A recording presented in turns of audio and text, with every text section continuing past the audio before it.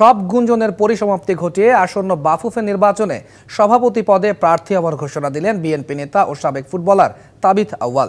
নির্বাচনে জয়ী হয়ে এই ফুটবলের দায়িত্ব নিতে চান পরীক্ষিত এই সংগঠক। সংবাদ সম্মেলনে যোগ্য সংগঠকদের প্রার্থী হওয়ার আহ্বান জানান তিনি।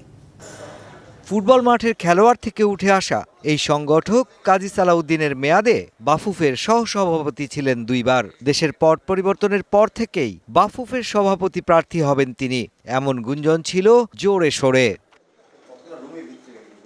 অবশেষে অপেক্ষার প্রহর শেষ হলো। বাফুফের সভাপতি পদে নির্বাচনের ঘোষণা দিলেন নিজেই। আমি প্রেসিডেন্ট পদের জন্য আপনাদেরকে অফিস জানাতে চাচ্ছি যে আমি লড়ব। আমার ইন্টেনশন হলো প্রেসিডেন্ট পদে ইলেকশন করা, অ্যান্ড আমি আশাবাদী যে প্রেসিডেন্ট হিসেবে লড়লে আমি জিতবো, অ্যান্ড জিতলে আমি ফুটবলের ধারাবাহিকতা আরও সামনের দিকে নিয়ে যেতে পারবো।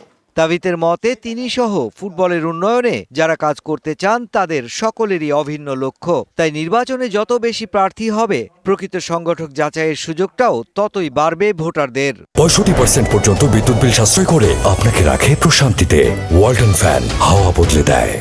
আমি ওয়েলকাম জানাই সবাই যেন নির্বাচন করার জন্য দাঁড়ায়। আর কম্পিটিশনের মাধ্যমেই সবচেয়ে ভালো নেতা বা ভালো লিডার কিন্তু তৈরি হতে পারে। কম্পিটিশনবিহীন ওই নিজের একজন দুইজন যতই তার ভালো নিজেকে ভালো মনে করুক, এটার কিন্তু কোনো ক্রেডিট বা ক্রেডিবিলিটি তখন আসে না। খেলোয়াড়ি জীবন শেষে সংগঠক হিসেবে উঠে এসে তাবিথ 2 মেয়াদে সহসভাপতি হিসেবে ছিলেন বিতর্কের ঊর্ধ্বে। তাই সভাপতির চেয়ারে বসে দেশের ফুটবলকে মাঠের খেলায় এগিয়ে নিতে চান। ফুটবলের চমক কিন্তু ব্যক্তি দিয়ে হবে না, হওয়া দরকার না। ফুটবলের চমকটা হবে যখন আসলে আমরা ইন্টারন্যাশনালি যাই, আরেকটা গোল্ড মেডেল জিতে আসবো, আমরা ভালোভাবে খেলে বিশ্বকাপের অ্যাটলিস্ট সেকেন্ড থার্ড রাউন্ডে আমরা যেতে পারবো।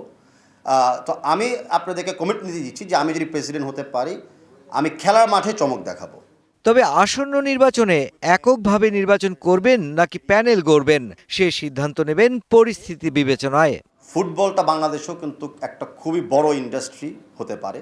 Mushfiqur Rahman, DBC news, Dhaka.